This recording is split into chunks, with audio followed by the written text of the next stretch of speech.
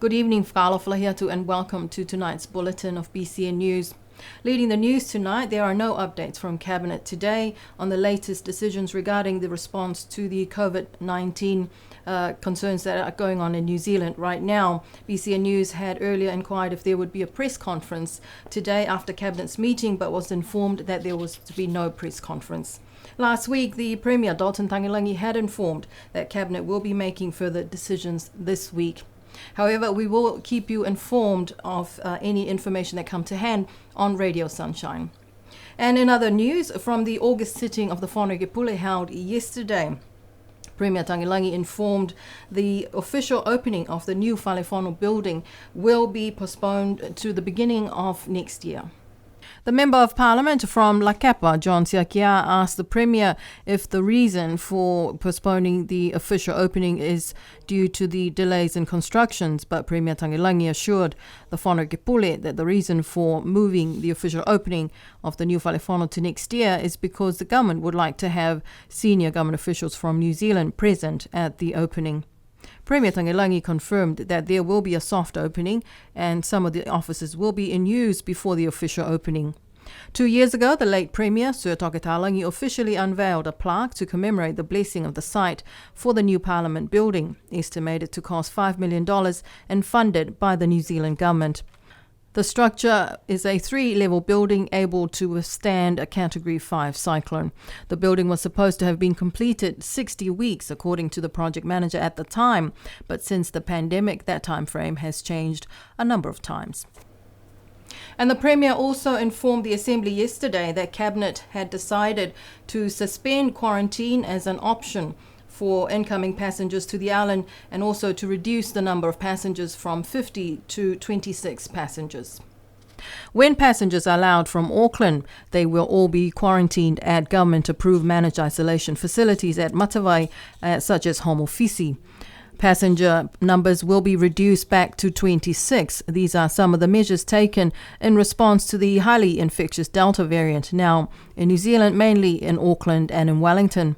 There was no information as to when passengers from Auckland will be allowed back to Niue, but there are at least 45 passengers due in on Monday's flight that are now stuck in Auckland until Cabinet decides when they can return home. Cabinet has also decided that all passengers intending to visit Niue must be fully vaccinated. Minister of Finance, Honourable Crosley Tatui, says that a whole-of-government approach is needed to ensure the government successfully pursue the public financial management reforms as recommended at the recently released PIFA review, which was conducted last year. Here's more on that story. The PIFA review, which was conducted last year by a consultant from the Asian Development Bank and an official from the International Monetary Fund's regional office, PIFTAC, assessed the status of the government's public financial management systems and practices to determine if they are in line with international standards of best practice. Minister Tatui told BCN News that the review highly recommended the government to undertake public financial management reforms. The PIFA review highly recommends the public financial management reforms for our government, for our country.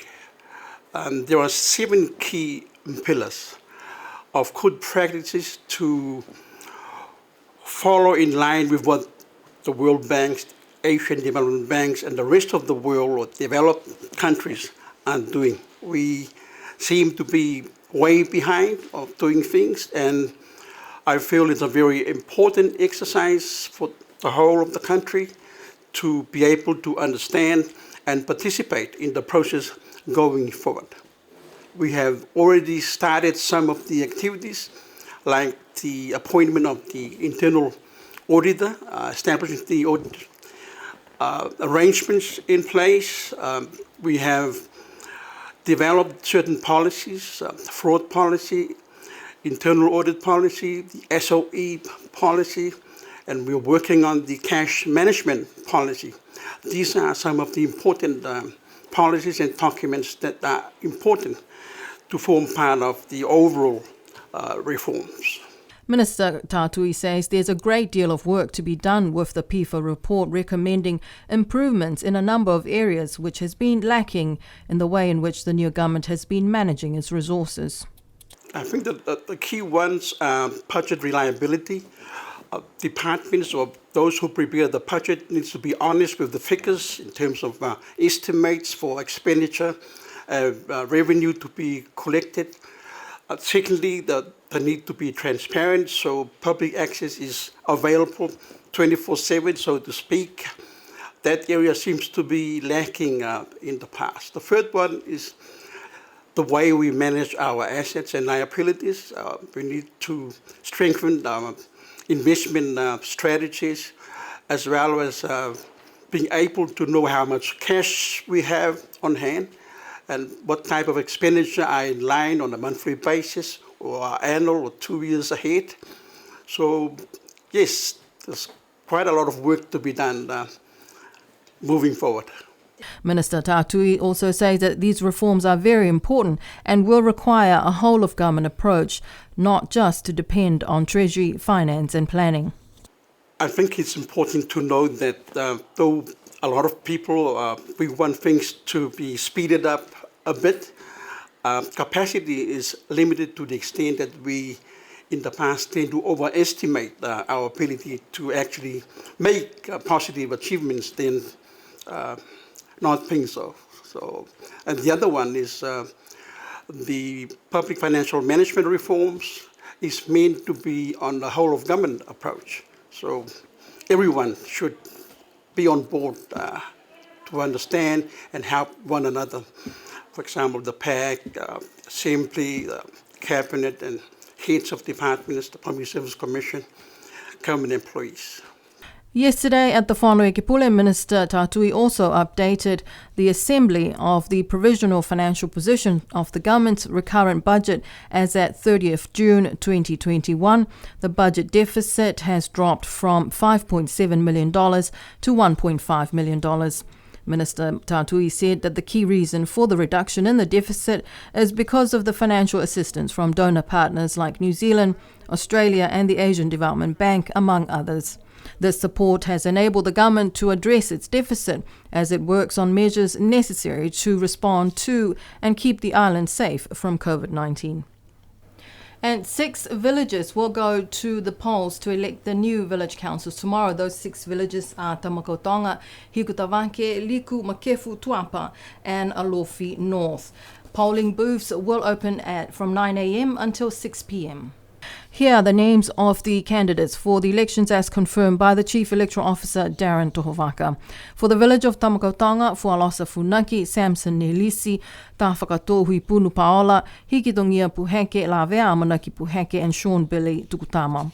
For the village of Liku, Third Sanake Imo, Christian Pomale, Newland Tulitoa Tama Pomale, Sifa Macmillan Pulhetoa, Sionitasi Pulhetoa, Simi, Dominico and Papua Vine.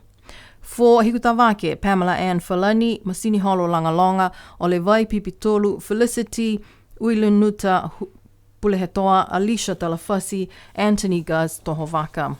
For the village of Tuapa, Kulupa Tama Ikihele, Salamarina Ikitule, Melena Mele Misileki, Halafo Mokalei, Priscilla Iloilo Mokalei, and Sione Pokau Sione Tama. For the village of Makefu, there are 7 names: Sionia Tali, Kemusiaki Lolani, Etayana Poihanga, Iapata Poihanga, Marcus Puletama, Marianne Talangi, Charles Tohovaka, and Ernie Judy Tohovaka. Also 7 candidates for the village of Oluftukelo in Emani Hailey Fukosimanawa Lui, Mokalita Heka, Rupina Morrissey, Alan Tano Puliosi, Margaret Siosi Kifu, E.J. Mbe Jr., Strickland, and Stanley Frederick Tafatu. And the official blessing of the site where the government's new resource and recycling facility will be located was held on Thursday last week at Hikufenonga, Tamakotonga. The blessing of the $4 million project was conducted by Reverend Diamond Motufinga Toevihi.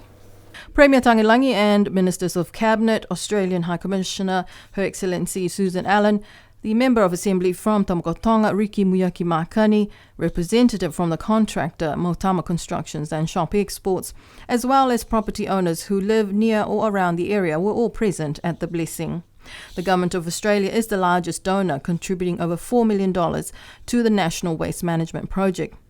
Australia's High Commissioner to Niue, Her Excellency Susan Allen, spoke about her country's support of Niue and other Pacific nations with their waste management efforts. It's become clear to me over the last year or so I've had the pleasure to be in Niue that the people of Niue care very, very deeply for your natural environment, for the sea and its land, and that your livelihoods are inextricably linked to the health of the environment.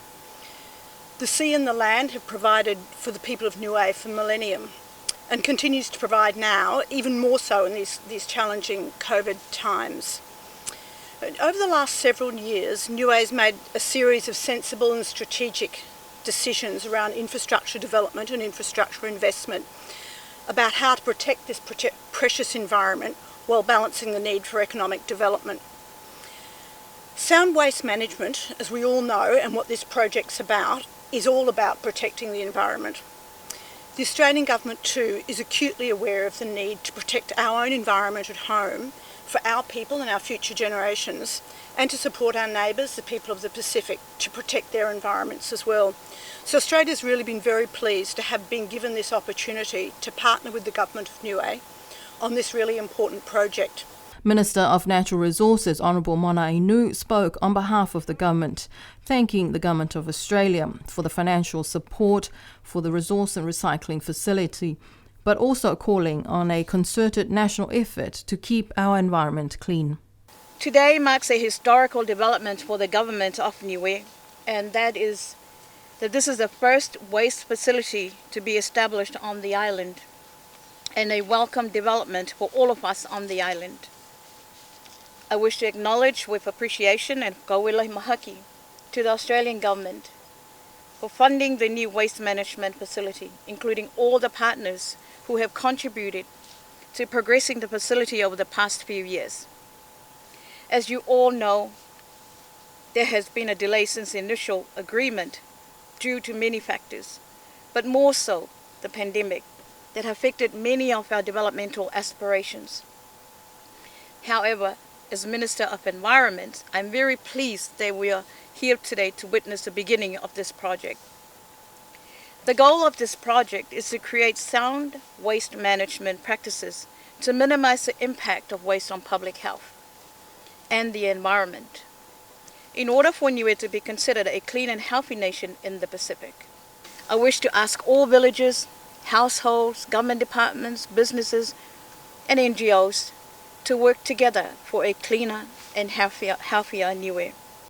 The project manager for the office of PMCU, Mrs. Angela Tuhipa, told BCN News that the 4-year project was initially supposed to start in 2018 until 2022, but the pandemic, among other issues, had stalled the start of the project.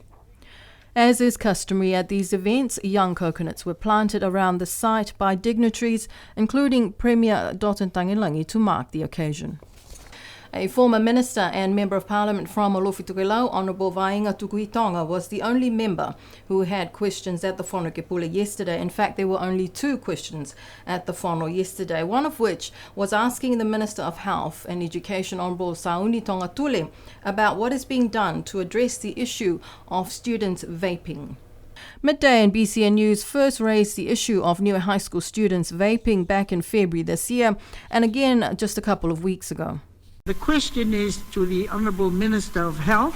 What progress has the Department of Health made in its research regarding the use of vaping or e-cigarettes in view of recent developments where some parents have expressed concern over the use by the school children of these products? It is understood that the school has taken some action for those children involved.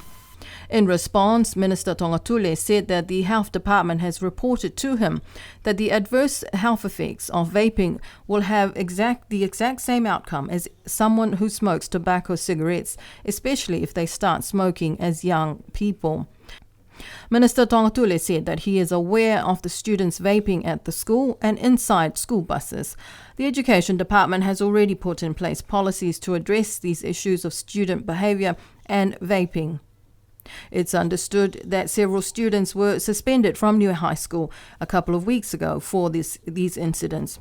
The school is also seeking the help of parents and the community as a whole to help address the issue of vaping. And the bulk of unclaimed monies from old Bank of South Pacific bank accounts remain unclaimed, according to the New Development Bank. People have until the 30th of November this year to claim these monies. Any unclaimed monies from these bank accounts will be sent to the new government's financial secretary. In July this year, the New Development Bank announced that more than $100,000 of unclaimed money from 172 old Bank of South Pacific accounts needed to be claimed. This week, the bank confirmed that to date, $17,000 had been claimed from 20 of these old accounts. The bank says that quite a few require statutory declarations, which can take a bit longer, and the bank is aware that there are a number of these in progress. Earlier this year, the Bank of the South Pacific returned to the new government unclaimed monies of $118,000. These monies belong to individuals, businesses, organizations from 172 old Bank of South Pacific accounts. New Development Bank is encouraging those on the island to call into the bank to pick up a copy of the list of names to see if your name or the name of an organization you may have been associated with is on the list. You have until the end of November. So please do go down to the Development Bank and find out if your name or anyone you may know of is on that list. Before we leave you tonight, we would like to wish the village of Hakupu the very best as you celebrate, the centennial anniversary of Tuasea School tomorrow. But to end our bulletin tonight, here's some highlights from the annual Village Show Day of the village of Tamakautonga, which took place last Saturday. Until Tuesday next week, where we join Asana Sione Holo for our bulletin in Wangahau Niue. You have a lovely weekend. Good night.